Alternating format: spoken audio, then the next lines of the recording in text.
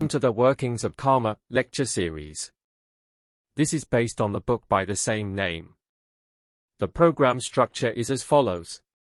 First, we start off with meditation. This is followed by the lecture. We have a questions and answers session scheduled after the lecture. After the questions and answers session, we conclude the program. For the questions and answers session, please post your questions in the Facebook and YouTube chat or comment section in the live video. This program continues on every Wednesday at the same time, that is, 2 p.m. Coordinated Universal Time or Greenwich Mean Time. This translates to 7:30 p.m. Sri Lanka and India time. Please note and convert this time to your local time and join us every week for this enlightening Dharma talk series by a very erudite monk. Today's lecturer has a bachelor's degree in Buddhist philosophy and religious studies from the Buddhist and Pali University of Sri Lanka. Also, the Venerable has studied under guidance of notable teachers for 5 years. Now we invite the Most Venerable Teacher to start the meditation session, followed by the Dharma talk and questions and answers session. The meditation session will start now. This will be followed by the lecture.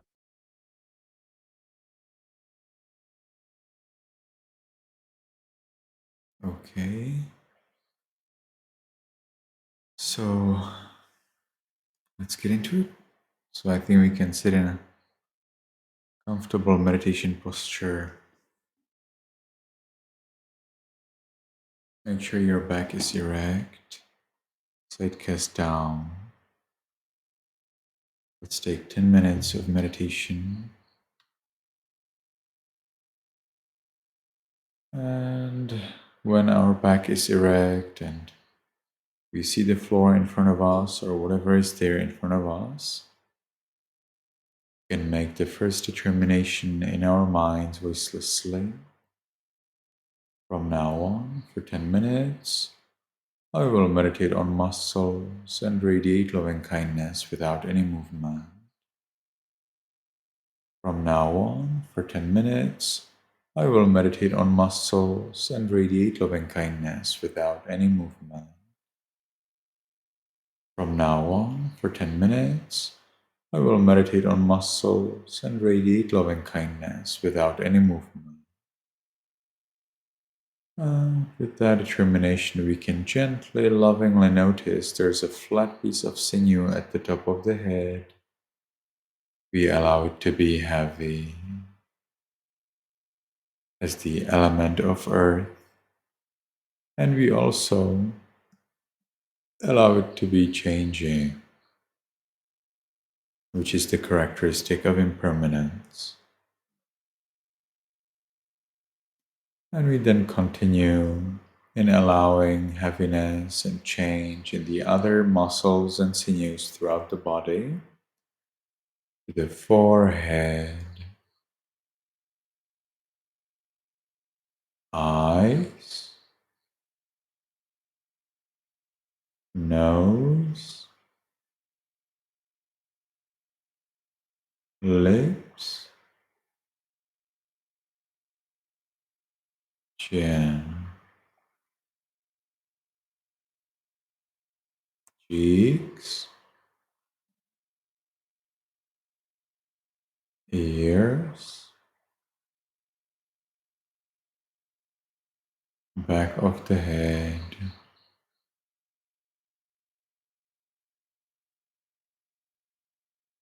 we allow all of the muscles and sinews throughout the head to be heavy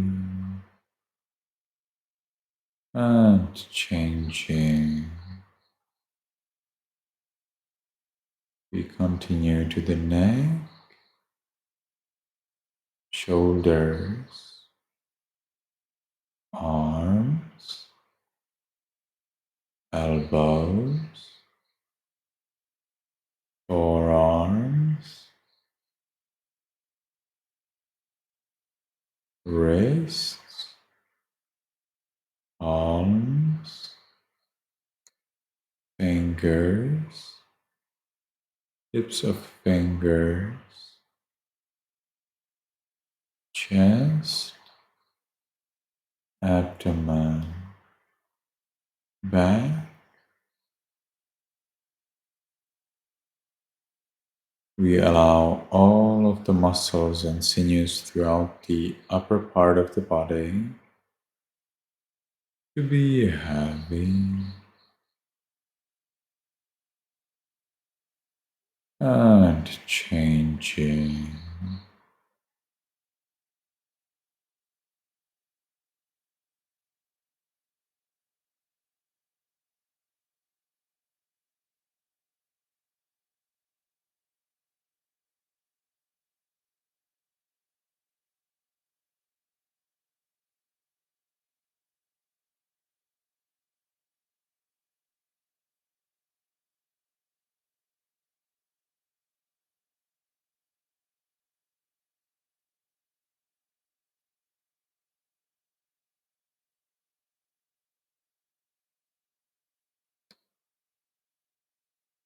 And we can accept the change, impermanence, transition that happens throughout the body. And we thus allow the body to be the way it is. And we enjoy the freedom we get as we give freedom to the body to be the way it is. We watch this freedom. We explore this peace.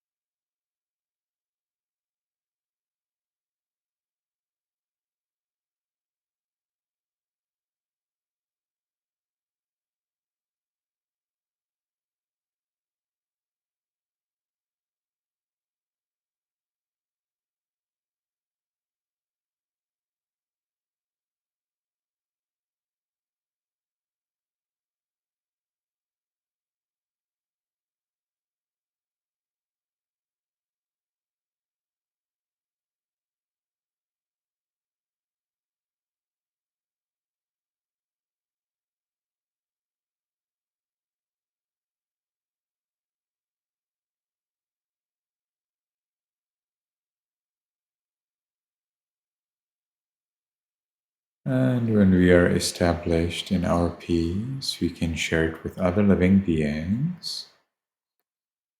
So in our minds, voicelessly, we can wish, we can allow. May all beings in this room be in peace.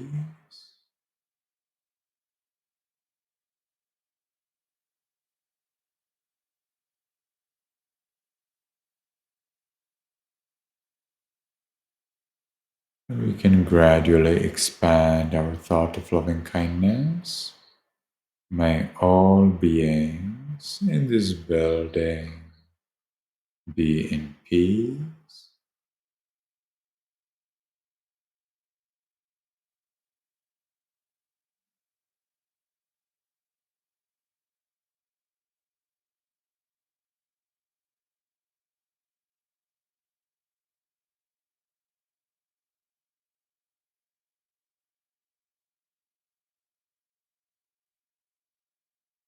May all beings in this village be in peace.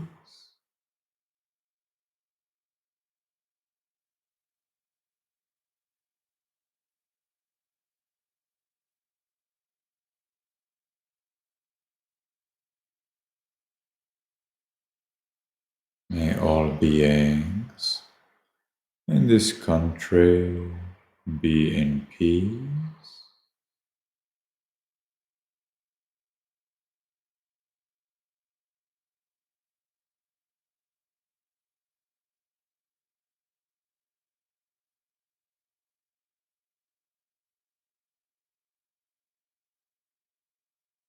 May all beings on this continent be in peace.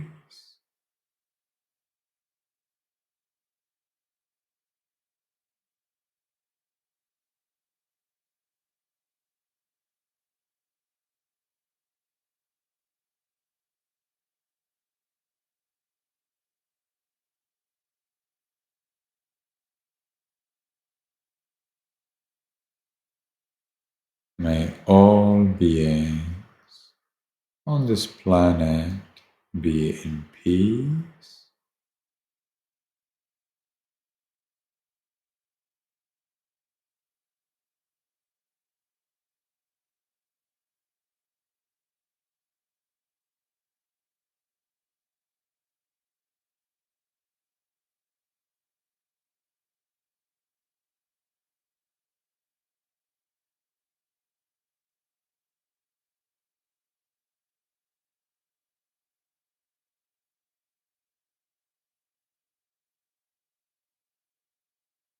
May all beings, including me, be in peace.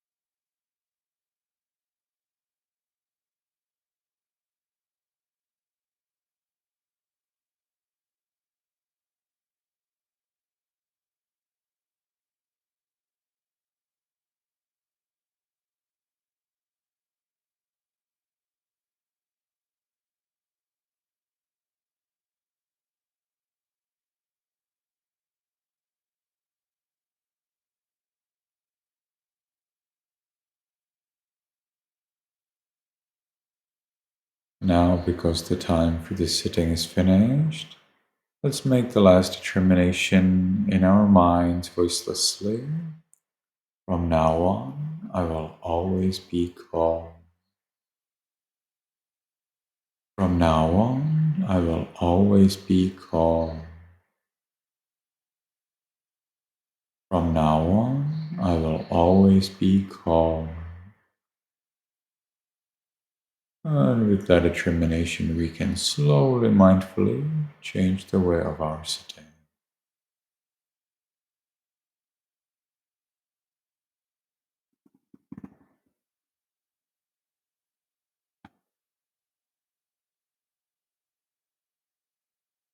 All right.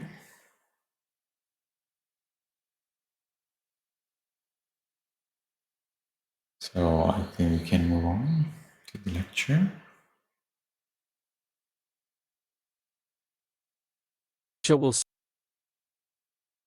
Will start now. A questions and answers session will be held after the lecture. Post your questions in the Facebook and YouTube chat or comments section.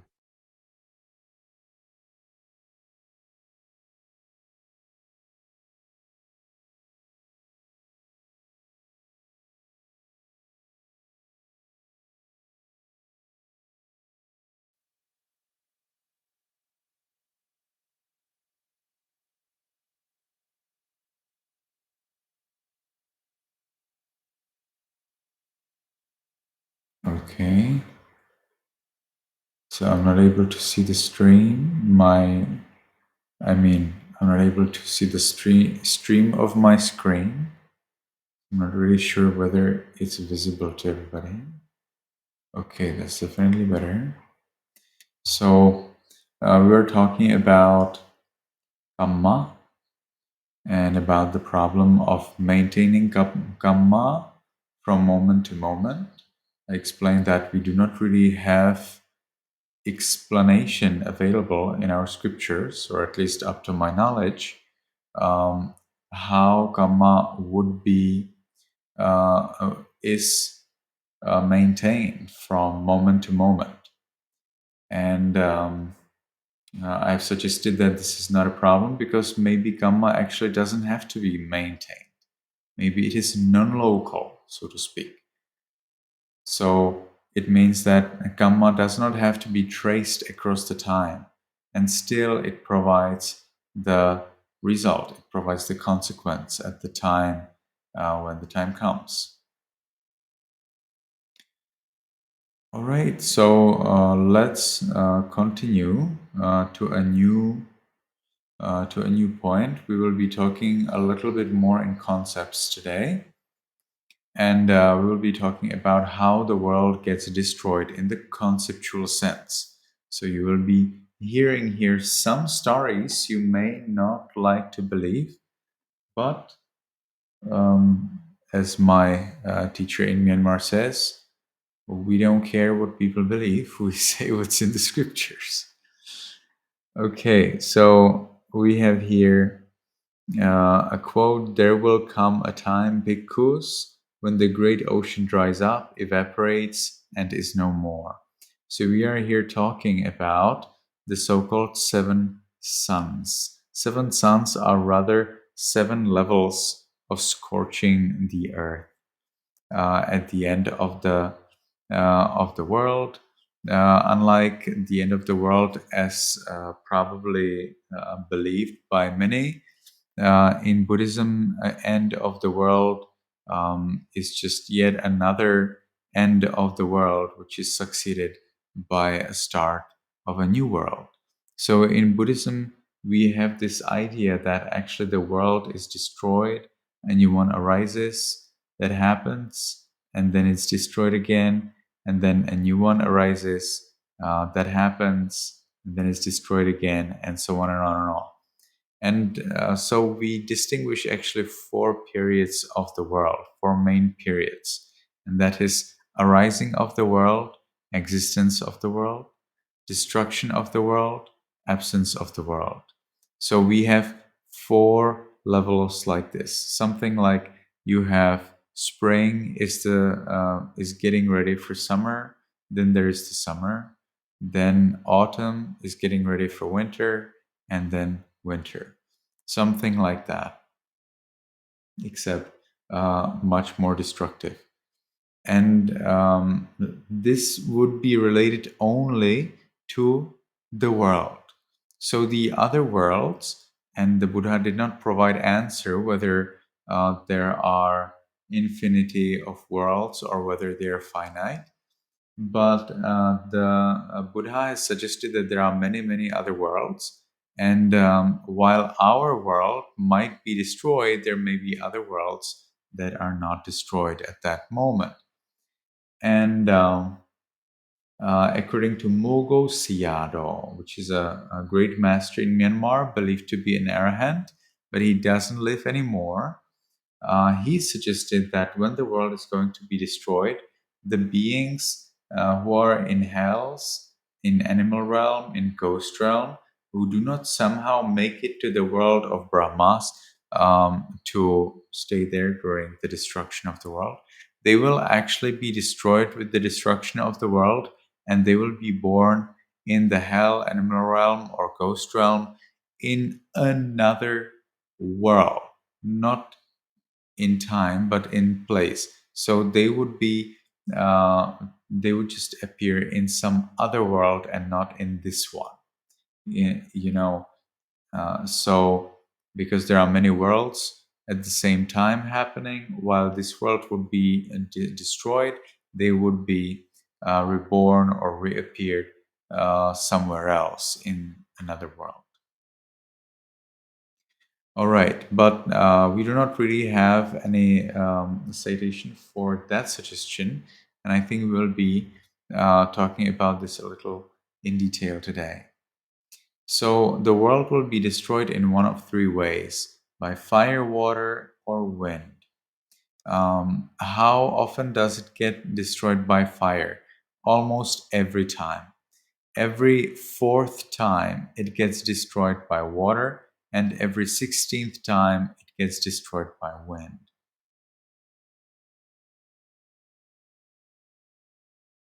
So, these are just for your information. These numbers in italics are referencing the citations, and they should be somewhere at the end of the book.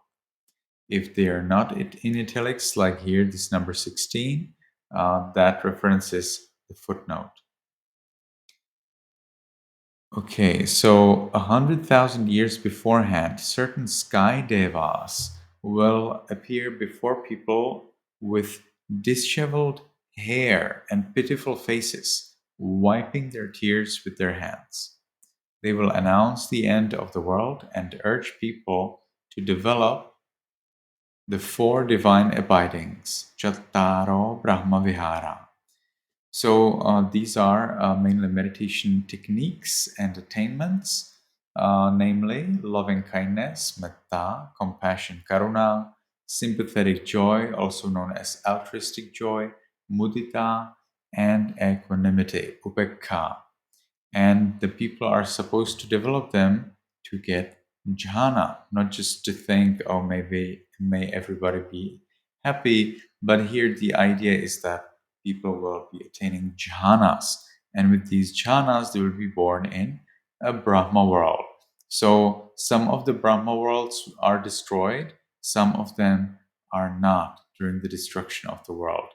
Always the first Brahma world is destroyed when the world is destroyed by fire. When it's by water, the first and second Brahma world are destroyed, and when it is destroyed by wind, the first, second, and third Brahma world are destroyed. And here we are not really talking about the Brahma planes, but we are talking about the Brahma worlds. So we have 20 Brahma planes, and these 20 Brahma planes can be summarized into 8 Brahma worlds. So the plane 1 to 3 are actually one Brahma world. Plane 4, 5, 6 of Brahmas is actually one Brahma world, the Brahma world number 2. Plane 7, 8, 9 is the third Brahma world. And then plane 10, 11, 12, 13, 14 is the fourth, 14, 15, 16 is the fourth Brahma world. And then we have 4 more, which are the so-called immaterial worlds. Each of them are very different. So we have 20 Brahma worlds in detail, but 8 Brahma worlds in fact, or in brief. And every destruction involves or includes the first Brahma world, so the first 3 Brahma planes. Every fourth destruction of the world, which is done by water, involves the first and the second Brahma world, so Brahma planes 1 to 6. Every third destruction of the world, every 16th destruction of the world, that is every destruction by wind, involves also the Brahma worlds 7, 8, and 9. Probably the worlds higher, the 4th Brahma worlds are also destroyed, but at this moment I'm not exactly sure when and how. What is sure 100% is that the highest 4 Brahma worlds, the Brahma worlds 17, 18, 19, 20, the so-called immaterial worlds, are never destroyed. Yes, these are worlds which are never destroyed. But that, I think, should be quite obvious, because these are immaterial worlds. There is no matter that could be destroyed, and therefore they're not destroyed. They're only mind-made. So let's see a little bit more about this deity that comes up and announces the end of the world. So we need to be careful. Like, many people are running around the world and they're weeping and wailing that the world is going to be destroyed. But probably not because this would be true or because they have psychic powers, but because they want more money and fame. Now, in this case, however, the 𝗀𝗂𝗶𝗸𝗲, which are literally the deities that gather the world, that have the ability to gather the world or to provide information to a large group of people, they are true deities. And apparently it's not just one, there are several. We learned that they're from sensual spheres. In other words, they're not Brahmas. And it seems that that these deities have some psychic powers through which they know that the world is going to be destroyed. Some teachers say that it's the Brahmas who announce the end of the world. And these would be actually the Brahmas of the worlds for non-returners, of the worlds for those who have achieved third level of enlightenment, anagamis.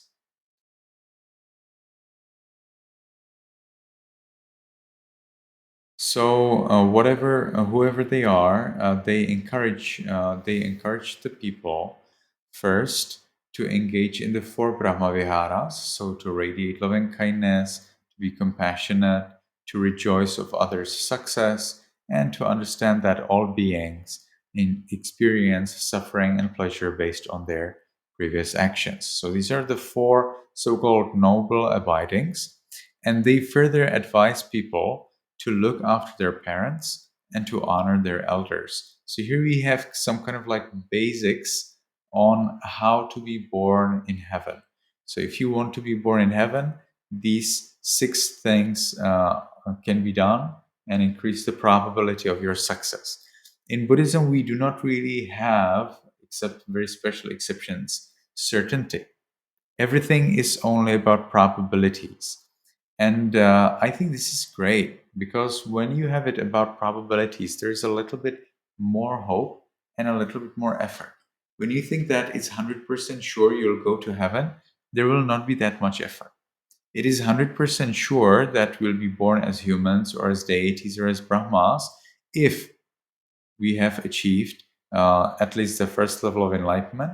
It is 100% sure that we will be born in a Brahma world if we have stabilized a jhana attainment and we will die with that attainment, with that potential of attaining it. It is also 100% sure that we will be born in hell if we killed our mother, father, an arahant that's fully enlightened person, if we have injured the Buddha, or if we have split the Sangha. But apart from these very special cases, it is not sure. It is not sure. The Buddha has clearly said that there are people who break the 5 precepts, revile enlightened beings, and have a wrong view, and still they're actually born in heaven. And that there are people who do not break the 5 precepts, who do not revile enlightened people, and who do have right view, and still they get born in hell. So as you can see, it's all about probabilities. But of course, the probability for somebody who follows 5 precepts and is kind and polite and respectful towards enlightened beings, and also has the right view, the probability for them to be born in heaven or as a human is much, much higher than for somebody who breaks the 5 precepts. So we could say that Buddhism is not deterministic. And I would say Buddhism is scarily not deterministic. So, in other words, in Buddhism, the world and life and death are dangerous. And understanding the danger, we get ordained and we become monks. And 𝗷𝗶𝗸𝗲𝗃, because he sees the danger, he becomes a monk. And then as monks, and if not, at least as lay people, we all strive to get free from this scarily undeterministic world. All right, so most people will take these words to heart and practice. We do not really have, or I haven't seen it, because I haven't read all of those 130 books of our scriptures, which would be the Burmese edition of the Pali scriptures, commentaries and sub-commentaries. But up to my understanding, up to my knowledge, we do not really have an explanation for those who do not make it to the Brahma world by the time of the destruction of the world. So I have already provided some suggestions of 𝗀𝗂𝗯𝗀𝗲, and 𝗀𝗂𝗯𝗀𝗲 doesn't seem to provide a reference. So what we get here is, I think, yet another suggestion. Let me see.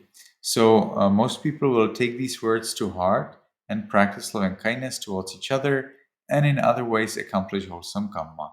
Those who are able will develop jhana. Those who are unable to develop jhana will, because of their past wholesome karma, be reborn in the Deva world as devas, as gods. They will then develop jhana as deities in the heaven, and then they will be born in Brahma world. So in the end, all of them actually should end up in the Brahma world. And those who do not end up in Brahma world, what will happen to them?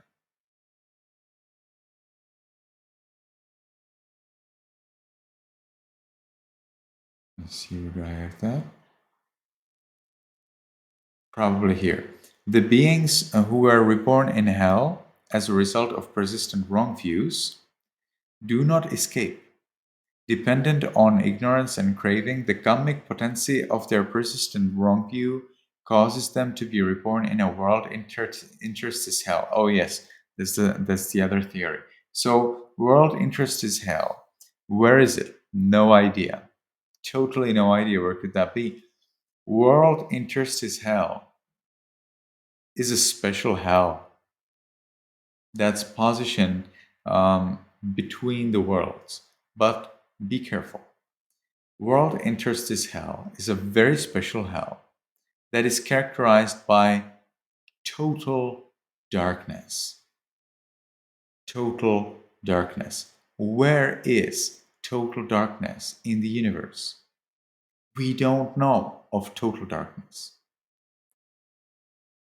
So we are not actually aware, or well, we who are curious about reading what scientists write down, but scientists are apparently not aware of a place where you would have total darkness, because the light is traveling here and there, and we just get the light everywhere if we, of course, do not cover ourselves by something. So we do actually have light everywhere. So where could this interest is held be? According to our scriptures, it seems rather that the world is flat. Well, galaxy is flat, and the solar system is also flat. So the fact that it says the world is flat doesn't really mean anything much yet, except that the world is flat plus many, many, many more characteristics, such as that the world that is flat is circumambulated. That means there is something that turns around this world every day. And what is it? It's the sun and moon. What is the sun or moon that turns around the galaxy every day? What is the sun and moon that turns around the solar system? I worry that there is no sun or moon that turns around the galaxy or solar system and make light for the solar system or galaxy. And so we are back on Earth, and we know that according to the ancient scriptures, the sun and moon that are going around the planet Earth are actually going around a flat plane.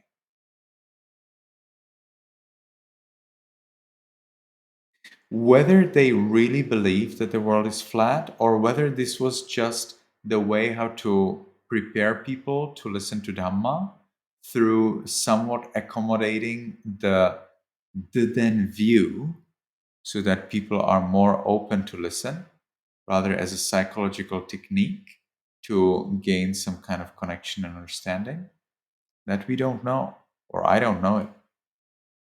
So, for example, suppose that you believe that the Earth is round, and I believe that the Earth is flat. Well, I don't believe it, but suppose in this example that I believe that the Earth is flat. Now, I want to explain to you the impermanence of the world. And whether the world is flat or round doesn't really matter to me. And it doesn't matter on your path towards getting free from all suffering.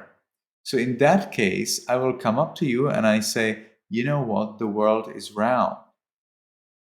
That's what you believe, right? And you say, of course, that's the way it is. And then I will say, this world that you believe is round is impermanent. It is much easier to explain it to you than if I come up to you and I say, you know what? The world is flat. And you'll say, what? You don't know that the world is round? What are you saying here? You don't even know that the world is round. I'm not going to listen to such a nonsense. Goodbye. And you won't be listening to any of my suggestions about impermanence. So in those times, I wonder if the world as flat was explained not because the world would be flat or because somebody of those teachers would really believe it, but rather as a way to gain connection to the people. Because if the Buddha went around and said that the world is round, nobody would, maybe somebody, but most of the people would say, oh, this Buddha, he doesn't even have this basic knowledge of astrophysics that everybody here has. And that is that the world is flat. The Buddha doesn't even know that the world is flat, and he will be going to talk to us something that nobody can know, or that's not that obvious. Well, we are not going to listen to such a person. And so the people would not be actually willing to listen to any of the Dhamma teachings, simply because the Buddha would tell them that the world is round. So that's, for the time being, the way how I understand it. So this is the thing. And the interest is a hell that's between these pancake worlds. So imagine that you have pancakes and they're flying in the air. And now there's space between these pancakes. And so in this space between those pancakes, there would be hell. And it would be particularly hellish by its darkness. But it's also hellish by other features, but we're not going to get into that today. So that's what it means. And these pancakes, they all have borders. And these borders are marked by 9 mountain ranges that surround the inner portion of the world. And in the center of the world, in the center of that pancake, there is a huge mountain that is about 840,000 miles high, so 84,000 yojanas, and 840,000 miles further, it is submerged underwater. It is surrounded by water, by oceans, which are very beautiful. At the top, there is a heaven. There is the heaven of the so-called 33.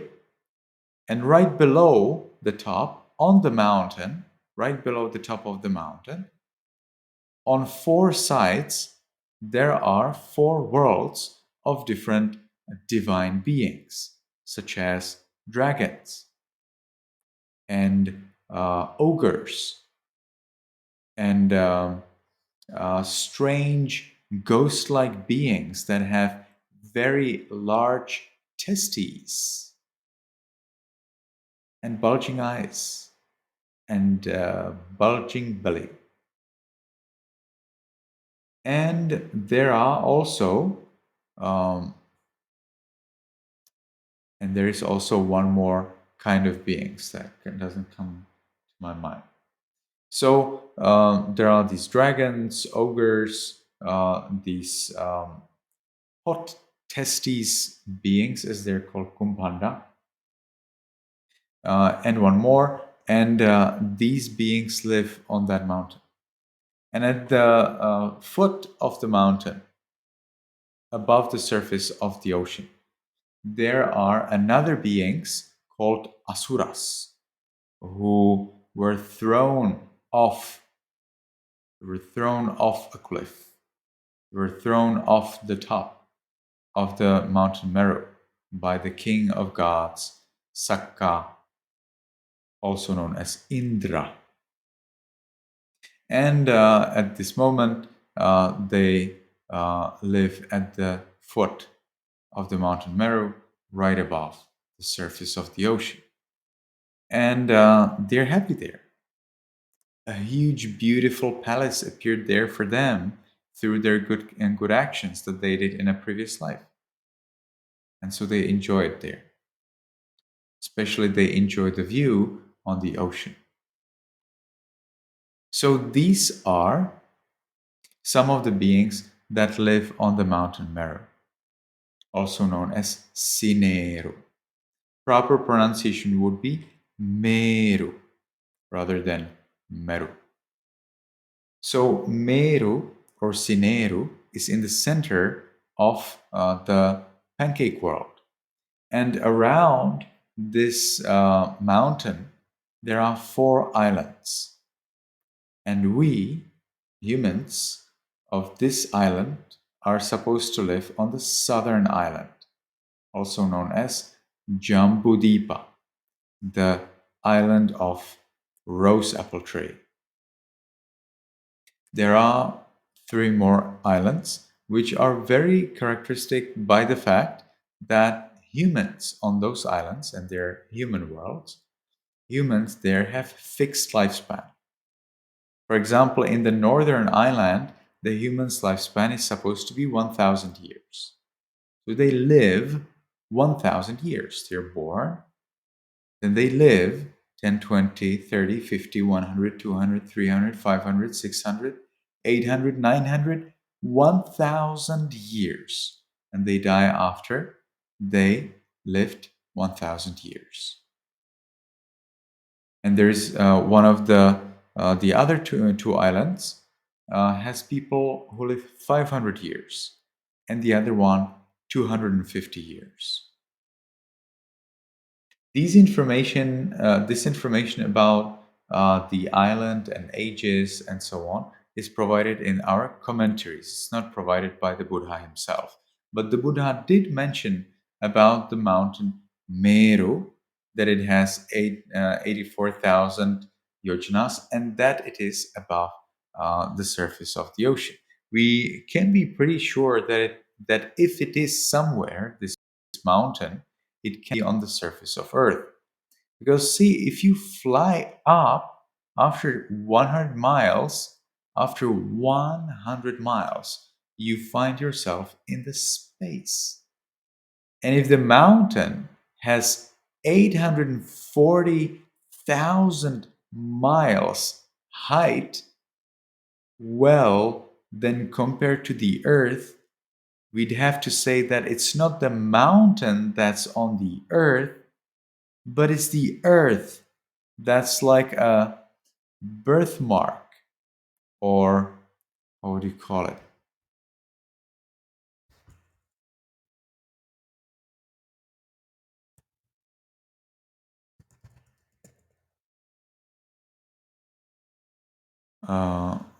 Birthmark, yes, that's the correct word.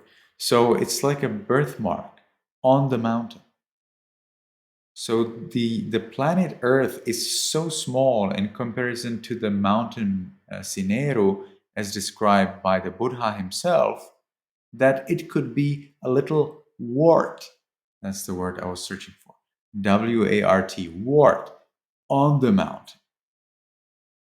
So small is our planet. So this takes me to the idea that maybe actually the world is totally different. Maybe it is that our world is just that what we know, that what we see is just a kind of a habitat to which you would arrive if you entered the southern island, as if there was a spiritual portal through which you would enter in the southern island and you would come up. Now it tells me that connection is lost. So I'm not sure whether we are connected. It says that we're reconnecting.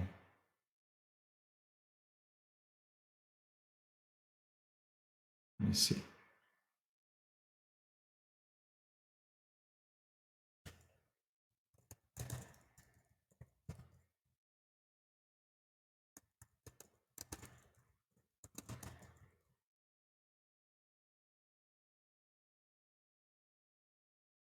So let me see whether we are actually connected. Seems like we are lost.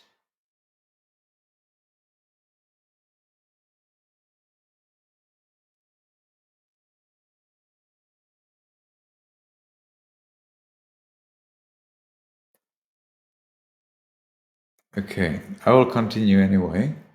So the thing is that we do not really know. We do not really know whether or how the world is. The world, when we start to try to understand it, becomes a little bit intriguing. The Buddha therefore suggested, monks, do not think about the world. But I provided an example, which I think is not very relevant here. And he says, monks, it is not possible for you to understand the world. Even if you thought about the world throughout your life, you would not be able to understand it. Either you would die without understanding it, or you could become mad. So as you can see, the topic of the world is much more complicated than it seems to be. A very interesting thing that I just read some time ago is this comparison between our brain and the full astronomical nature. So actually the astronomical nature seems to be very similar to the nature of our brain. As if we are looking into us when we are looking into the space. Those are very new philosophical ideas based on scientific evidence. But maybe it's totally wrong and tomorrow we'll learn something else. But to me, it seems almost as if when we are looking into the space and trying to find the world, we actually find out those things that we find when we look into the body. So we do not really explore anything. We don't really find anything. We don't really get to know anything. We only find out how we know nothing, how we are blocked and stuck in our perception and feelings. All right, so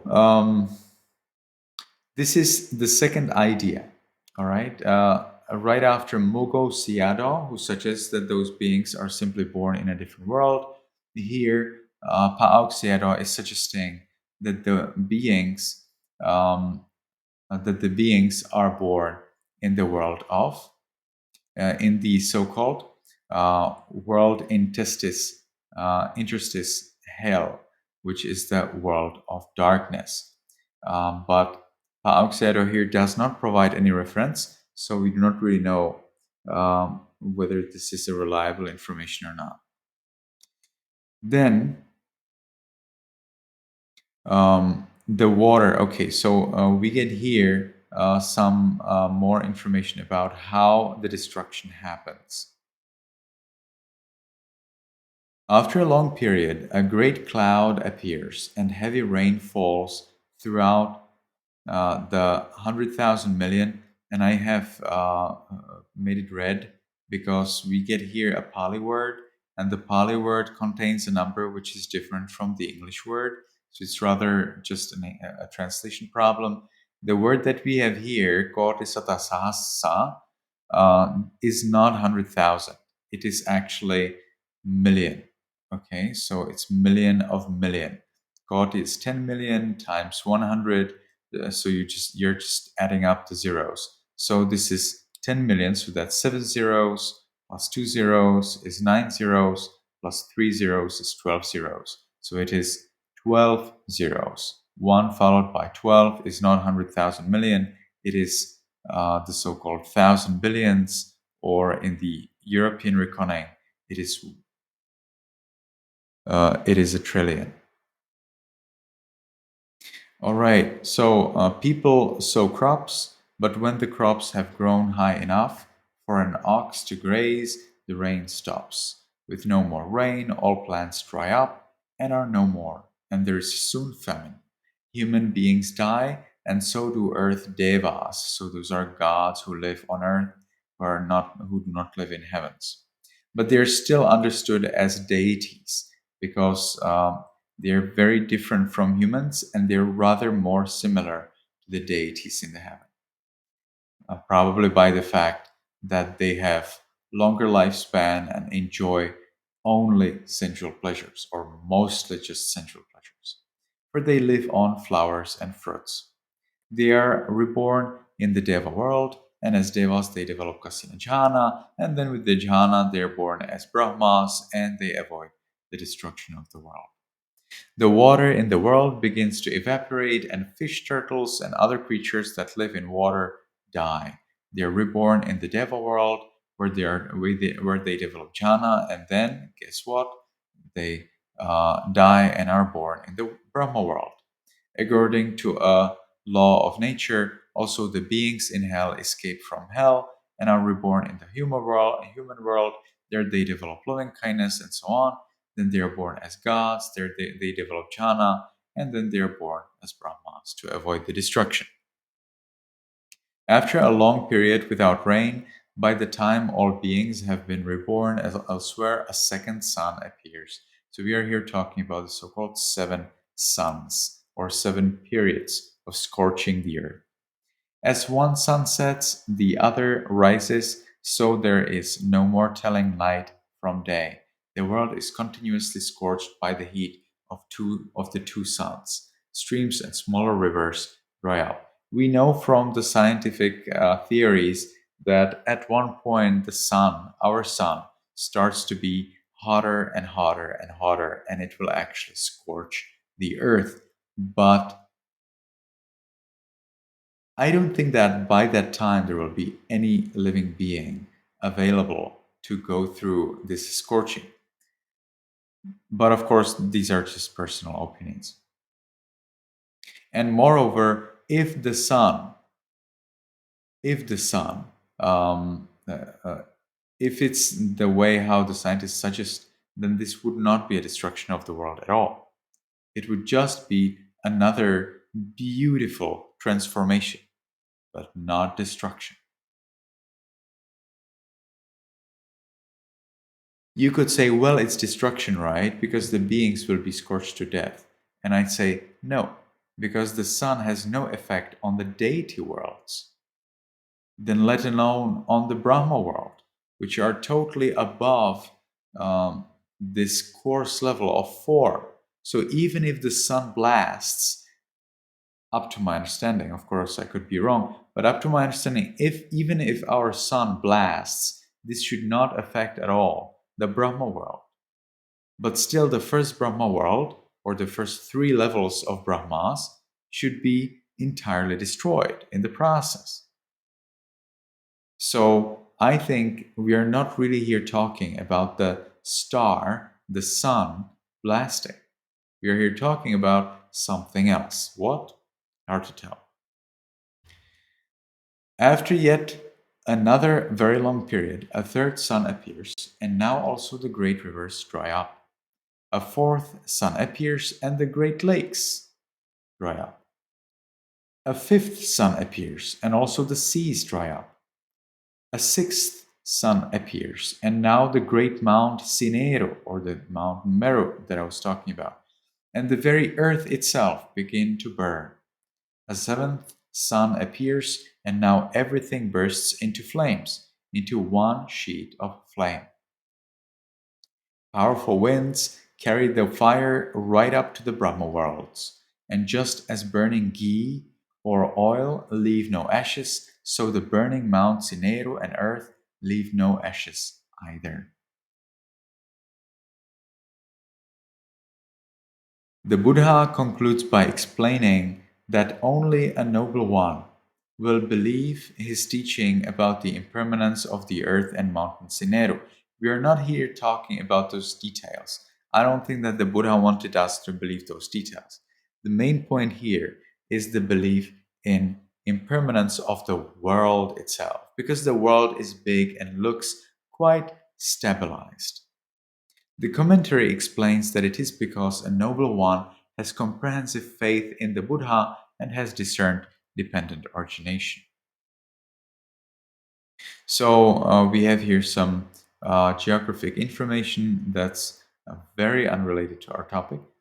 And let's continue. So you can understand this explanation of the seven sons, I believe, much easier if you imagine the world as a flat pancake, or I like to say as a pizza, because pizza has a very nice edge, and that's nicely reminiscent of the nine mountain ranges.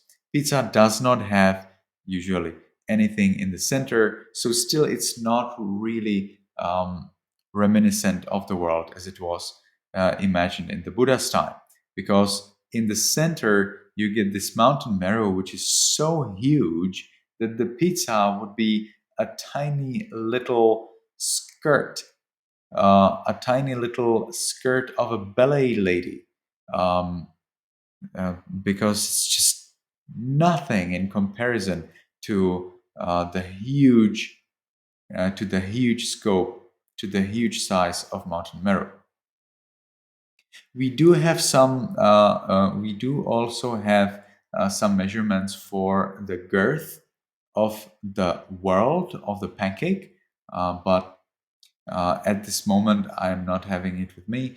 If you're interested, let me know in the question, and I'll get ready. I'll get that ready for the next time. Okay, so that's how you can have all the world burning and so on. Like, how do you get burning space, or how do you get burning um, uh, black hole? And is there actually black hole? And what happens with the black hole? The scientists are not really sure. We are having just a few theories. So, as you could see, probably I like to look at the world and information as skeptically as possible, but still you may disagree with my ideas and with my skepticism. Let me know in the comments. That helps me. So that is enough for today, because we have run through the basic conceptual idea of the destruction of the world, and that was what I was intending for today. If you have any questions, let me know in the comments, and I'll get ready. The answer.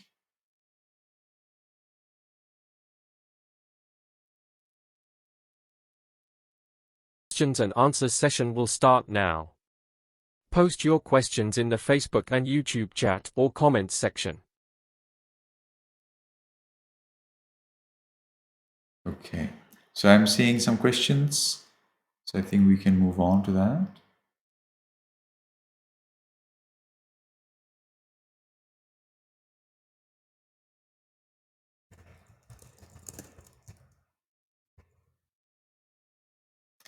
Okay, so first question. How does the description of the world... Yes, I see. I need to stop this sharing. Okay, here we are. Black screen. How does the description of the end of the world help or contribute to liberation? It does, actually, immensely, because it helps us that everything is impermanent. There is nothing you can do for the world that will stay. Does it mean you should do nothing for the world? No, we do our best. Let's see, I'm trying to do something here, but I'm not that familiar with the system yet.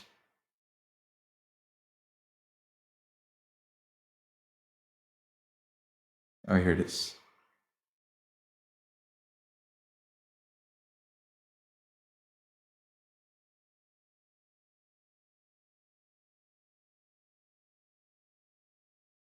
No, seems like I'm not having those abilities to make my video a little bit bigger. So for the time being, that's what we are having. Anyway, the destruction of the world, this story, this information is very important for us because we can realize that everything is impermanent. And if we can realize, if we can believe, if we can trust the world, that trust the Buddha, that the world is impermanent, that it gets destroyed, well, then compare it to yourself, and you will see how insignificant, how nothing, how irrelevant am I, how totally fleeting nothing am I. In comparison to the destruction of the world, I am nothing. It's a little dangerous to say that I'm useless, but in comparison, in the time scale, me is a little moment that comes and goes. Imagine you were the world yourself, and then something would appear that would be as long and as small, I mean, as short and as small as a human being is in this world. You would barely notice that something just flashed and left. So, in comparison to the world, we are nothing. We are totally useless nothing. And I think this helps us to understand how insignificant we are, and through this insignificance, to reduce our attachment, reduce our conceit. And conceit is removed at the highest level of enlightenment. So if you can start reducing your conceit, you're getting pretty high, you're aiming pretty high if you start working on your conceit. And I think this teaching on destruction of the world helps us immensely in reducing our conceit. Scientists talk about the Earth as the so-called blue marble, because in comparison to the other planets and stars, the planet Earth is very tiny. It's very tiny. But I would like to consider also the time scale. The scientists also provide that in a very nice way, but the time scale, I think, here is pretty telling. It shows us how we are nothing in comparison to the world, and still the world gets destroyed. If the world gets destroyed, then what about me? So that's how I think, that's how it contributes to me on my way. Okay, next question. What is the difference between the Brahma world and the Brahma plane? Yes, so it's the same thing, world and plane, but I have provided a linguistic suggestion, not at all semantic, linguistic only, so that we distinguish the two things. That means the Brahma worlds in brief, those 8 worlds, they are 8 most importantly because you get to them based on your 8 jhanas, 8 levels of deep concentration. So if you achieve the first jhana, you get to one of the first 3. If you get the second jhana as a human, in the next life you will get to one of the second 3. If you achieve here the third jhana, the third level of deep concentration, you will get to one of the third 3. If you achieve the fourth jhana, you will get to one of the 7. And if you achieve the 5th, 6th, 7th, or 8th jhana, you will get to the Brahma world 17, 18, 19, or 20. So I have suggested that we call the particular Burmese world, Brahma world as planes, and the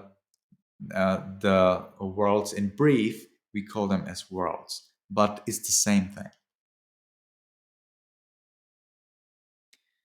You may like to know that the three Brahma worlds, the three Brahma planes, which make up the first Brahma world, the three Brahma planes which make up the second Brahma world, the three Brahma planes which make up the third Brahma world, and one Brahma plane which makes up the fourth Brahma world are actually the beings live together. So those three, they live together. They're like the kings, ministers, and the people there. But they're not people, they're Brahmas. And in the second main Brahma world, you get, again, kings, ministers, and the normal Brahmas or ordinary Brahmas. And then you get, in the third main Brahma world, you get, again, kings, ministers, ordinary Brahmas. In the fourth Brahma world, it's a little complicated. You get the fourth Brahma world consists of Brahmas who are just normal Brahmas in the fourth plane, but then we have special kinds of Brahmas who are just sleeping huge bodies, and they do not have any mind. They're just matter. But this matter arose as a consequence of meditating fourth jhana, with the idea that mind causes suffering, and therefore wish for eradication of mind. So those people then die, and they're born as these sleeping bodies for 500 world periods, or 500 kappas. In Burma, in Myanmar, one kappa is the word kappa is exactly the same as the word for world. So that's why I say 500 world periods, but it actually can be more, because kappa, the Ian, is of several kinds. And then there are 5 Brahma worlds for beings who became non-returners in the previous life, and now they're born there in these special Brahma worlds, so-called pure abodes, the worlds of purity. And then we have the 4 immaterial worlds that I have mentioned. So let's move on to the next world. Next question. Bhante, is the pancake world a form of dimensionality reduction for simplicity? Maybe. We don't know. And that was my question, because, we can talk about these things, and what we will get. Will we get at least a jhana or enlightenment? We get nothing. Totally useless talk. So the Buddha suggests, do not think about the world. I love to talk about it, because I feel like people who are skeptic, they would like to know how do the Buddhist scriptures deal with this. But in the end, you can always expect from me that I will say this: we don't really know, and it's not important.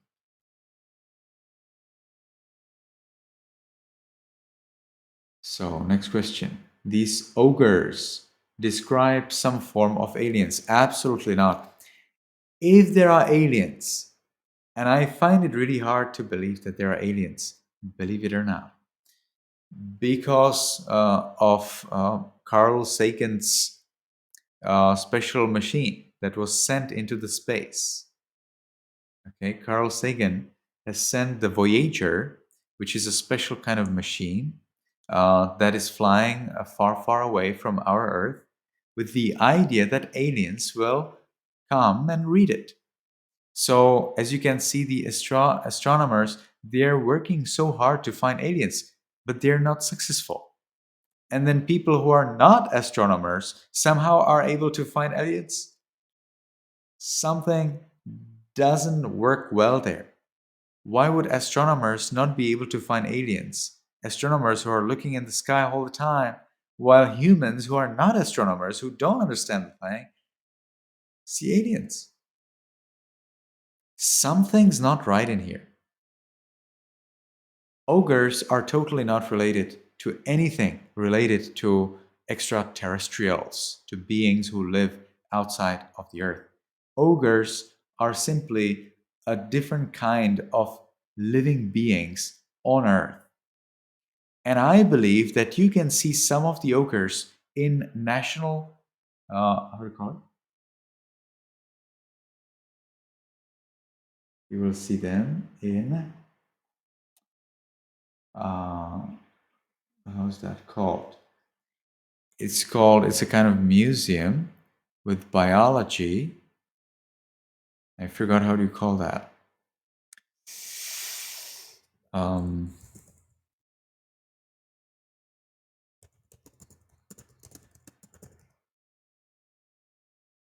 It is a museum where you can see, I think, isn't that called like National History Museum or something like this?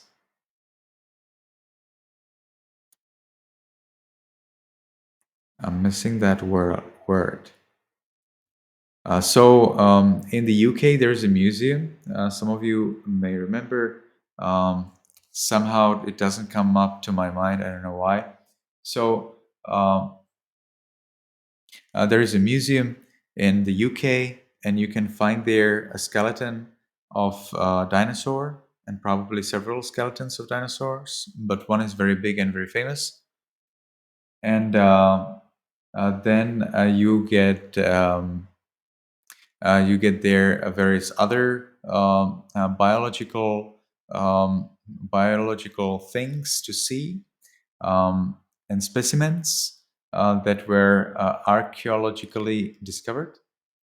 But you will also see there an ogre. It's called 𝗀𝗂𝗯𝗀𝗶𝗲𝗃. Gigant, because it's gigant, and Pithecus, because it's similar to human. It's not a human, it's not a monkey, and it's huge, and it's fluffy. But unlike in our scriptures where ogres devour deers and humans, this 𝗀𝗂𝗯𝗀𝗃 that we find in the National History Museum, is that possible?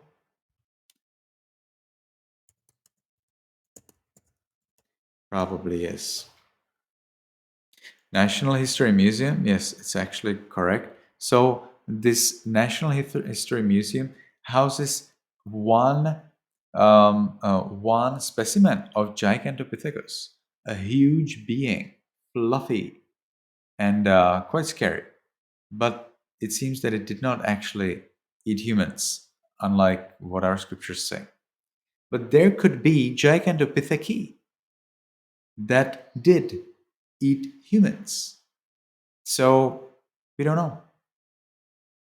And there were quite a few 𝗀𝗂𝗯𝗀𝗃 throughout the world, and they have different names, and there are various remnants of their bodies. So I wonder whether they are what is called ogres in our scriptures. Basically, a competition to humans. But humans didn't like them to compete, so they killed them all. So they're killed, and so we don't see them.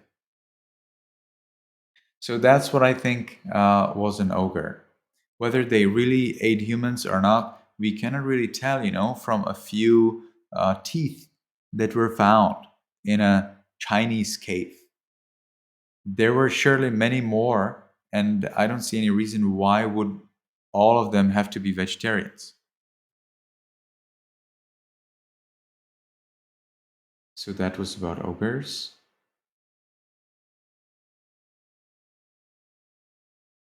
Is Mount Meru a black hole at the center of the universe? Cannot be. Cannot be, because Mountain Meru is surrounded by water. Black hole is not surrounded by water. There must be 84,000 yojanas, which I count as 840,000 miles, above some level, and another 840,000 yojanas of it must be submerged below that level. But the black hole does not have any level above which it could be and below which it could be. Doesn't have to be water, could be anything else, but there is nothing. So it cannot be black hole. And moreover, we would need to have these 9 mountain ranges. And we need one more thing. We need earthquake. We need earthquake in the galaxy such that the Earth is supported by water, the water is supported by air, and that air is surrounded by space. Now, if you take galaxy, all of those planets, we could say, okay, you know what? They are like the Earth. And then the space is like the water. No problem. But where do you have the air? And then where do you have the space around the air? We are running out of arguments. Cannot. And moreover, you would need the sun and moon that run around the galaxy. We don't have that. And you're supposed to be able to see the sun that runs around the galaxy from the opposite side. Our scriptures say that when you're standing in the east, you see the sun, that it is setting in the west. And when you're standing in the west, you see the sun setting in the east. We don't have that kind of phenomenon or characteristic in the galaxy. So Mountain Meru cannot be a black hole. And black hole is not in the center of the universe, or probably not. Can we think the islands are analogous to modern-day galactic quadrant? Yes, I've already answered. No way, because if the islands were analogous to the modern-day quadrant, galactic quadrant, it would mean that the Mountain Meru would have to be the black hole, and so we are running into searching for the air layer and the space around, because we would be taking the planets as Earth and the space as water. So then, what will we consider as the air, and what will we then consider as the space? And then we need the 9 mountain ranges that run all around, and also we need the sun and moon running around every day.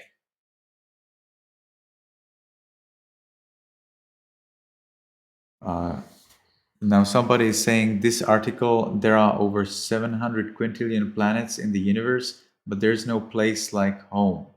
Looks like the Buddhist estimate of habitable planets. No, not at all. In Buddhism, a habitable planet must have humans. If humans are not there, it's not really understood as a world. There must be humans or some beings. Otherwise, it would be emerging to have humans, but their own, not traveling from somewhere else. And no, we don't have that. At this moment, we are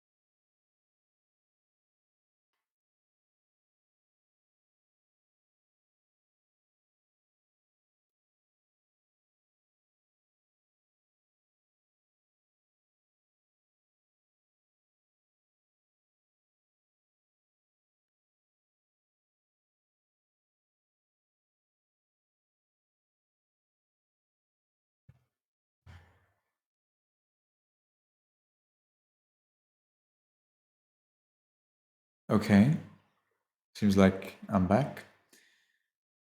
All right, so I have lost. No, I have not. So we have.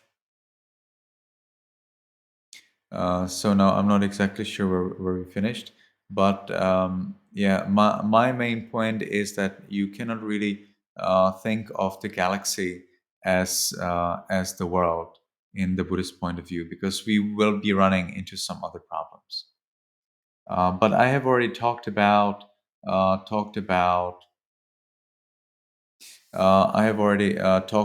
this problem that galaxy cannot be the human world in our scriptures, with actually the proponent of this theory. He's a Burmese gentleman, and he gave a lecture on that. So I had a very wild discussion with him, very heated discussion with him through email, and in the end, he actually agreed that he is wrong. The theory is still out there and people believe it because that's the way it is. But he himself, the proponent of this theory, who did a lecture on this, I think in the UK, he agreed in emails. I have that. I have those emails. He agreed that this theory that the galaxy is the world is wrong. One time when I submitted this idea that, because previously I also believed it, when I submitted it to one knowledgeable Burmese monk, he scolded me. He said, "What? No way. The world, the 4 islands, is in this planet. It's not the galaxy." And he was very, very strict. He was very disappointed that I had this view that the galaxy could be the world. I mean, the world with the 4 islands. But maybe it's totally different. As I suggested that maybe there's a portal, maybe there's a spiritual portal in the true flat world. And that portal would take us to this experience of this world with this galaxy, with this universe. And when you apply psychic powers, such as the power of 𝗹𝗶𝗸𝗲, the disc of air, then you are supposed to fly directly to the heaven, according to Visuddhimagga, the guide of meditation teachers, or so I call it. And so it is actually possible to fly directly to the heaven. So that means you would fly directly towards Mountain Meru. So I suppose that on the way, as you would be flying by the psychic powers, you would be passing the spiritual portal. You would then find yourself somewhere above the island of the humans, above the South Island, because you have passed through the spiritual portal into the different form of the universe. And from there, you would further continue to the top of the mountain Sineru. So for the time being, that's how I like to explain it. I'm not really sure whether that's what I believe. Why Buddhas? Okay, next question. Why Buddhas are born in human realm?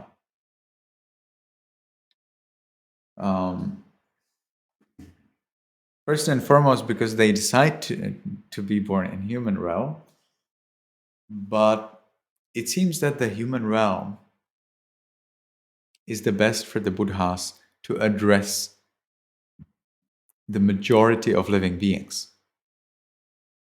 Because, humans can become enlightened, but some humans, when they see deities, they die, because the intensity of the pleasure of what they see and of what they hear, smell, taste, and touch from the divine world can be too much, and they may die. We have that in our scriptures. According to our scriptures, according to Vinaya, there were apparently monks who prepared extremely pleasurable forms, sights, sounds, and smells, and tastes, and things to touch to another monk, so extremely pleasurable that the other monk actually died. But because it was arranged so that the monk dies, the monk who arranged those very pleasurable forms, sounds, and so on, he actually committed the grievous transgression of killing a human, and the monk was several monks. There are several stories like that, and they were expelled from the community of monks.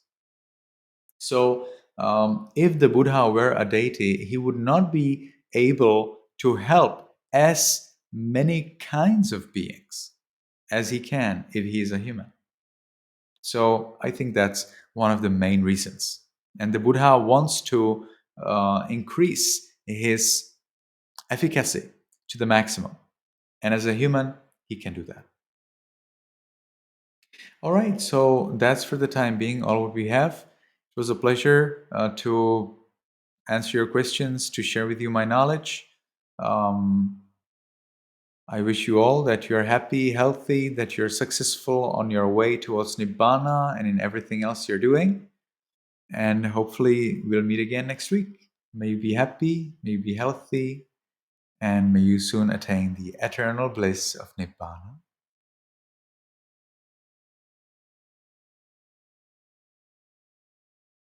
Concludes today's lecture on the workings of karma. This series is held every Wednesday at the same time.